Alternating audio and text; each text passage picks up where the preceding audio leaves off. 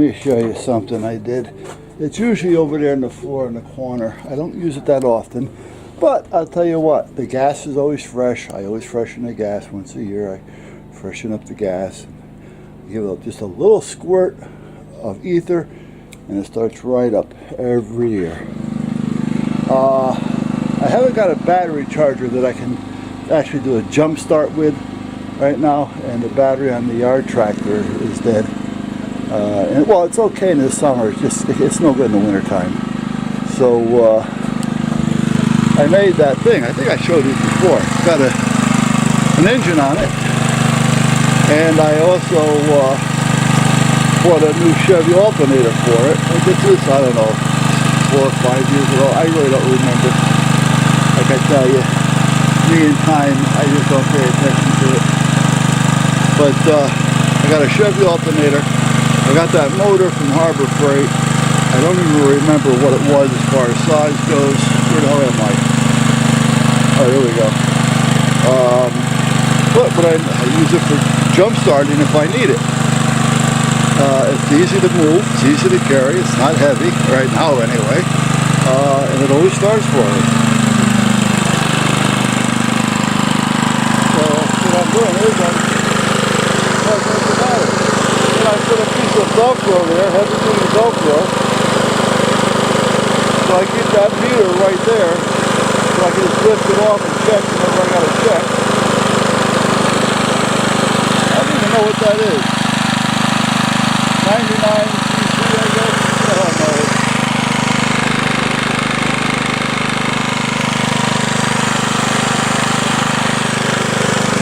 But it works good, so I ain't gotta worry about it.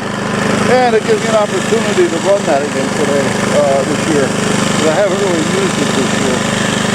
So that's about it. And then I gotta change the oil in the John Deere again.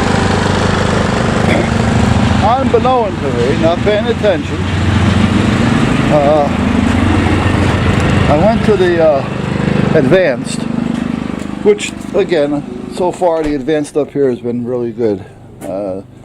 However, they did screw up a little bit, and I didn't notice it, so it was my fault just as much as it was theirs. I took my John Deere and the 2 vehicles. And at that time, it was the Subaru as well as the Astrovan and the John Deere all over to Chris, which is my neighbor and a great backyard mechanic. And I says, change all the fluids and everything. You know, redo all the brake fluids, redo all the tranny fluids, the drivetrains, the rear ends. I only do any fluid or oil or grease that's in there, I want it changed in all the vehicles, both the Subaru, the Astrovan, and the John Deere. So I went up to Advanced to buy everything that I needed, and I told them that I wanted synthetic as well, and they gave me everything except not paying attention because everything was in the box. The oil for the John Deere, which is a diesel, it's a Yanmar, they gave me a regular oil for it. And I needed the tractor, and they were closed, so I couldn't go back up there to get another one or exchange it. So I told Chris, listen, just put the oil in it for now, and I'll drain it out and I'll change it, you know, as soon as I get the right stuff. So I got the right stuff. So now I have the diesel oil. And I haven't put a lot of time on the other one. If it ran a half an hour, you know, 5 minutes here, 2 or 3 minutes there, it was a lot. So at that point, I know there's really no damages that are done, but I do have to drain it. So tomorrow I think I'll get out there, because it's 3:30 now, or 15:34 actually, and it's still November 24, 2018, and it is still in Connecticut. It's getting dark, and the weather's still not that bad, to be honest with you. I'm surprised. I mean, it's a little chilly, but it's not crazy bad. So I put the cover back on this, so that's done. This is ready. That's ready. I just got to get a lighter plug for it. I got to get a new battery for this because this one here, the battery just doesn't hold up at all.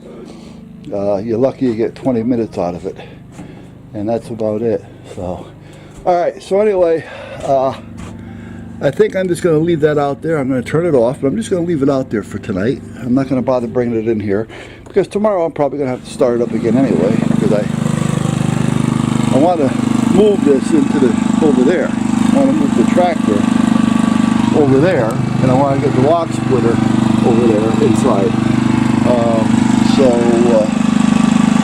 I know the battery is not going to start this thing tomorrow, so I'll just leave this out here and not worry about it. So for now,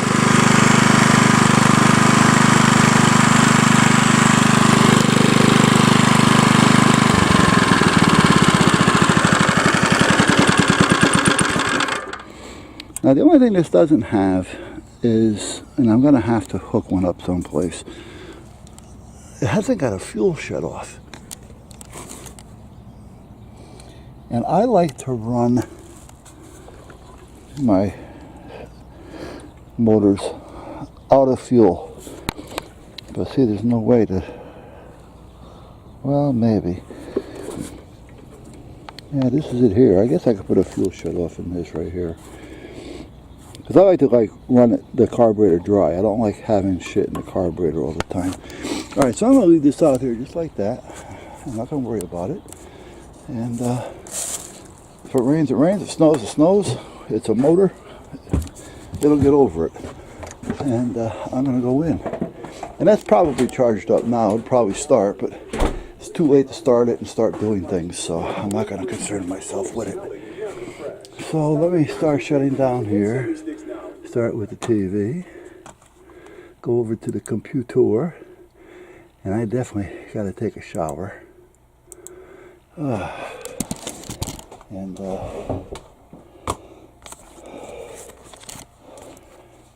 shut things down. Turn the switch off back there. Now that radio there, the power, and that monitor there that's got the camera out there is all hooked up to this switch over here. Okay. Which is on battery right now, and it's off. If I flip it that way, it works off the power supply.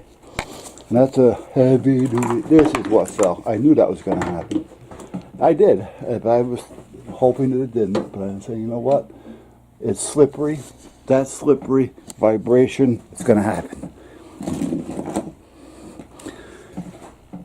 All right. Let me turn these battery chargers off over here. Turn this off here. Turn these lights off up here. Take these thumb drives in with me. And I got to take the SD card with me that's in here. Otherwise, I can't bother you with all these great videos. Okay. Listen, it's Saturday.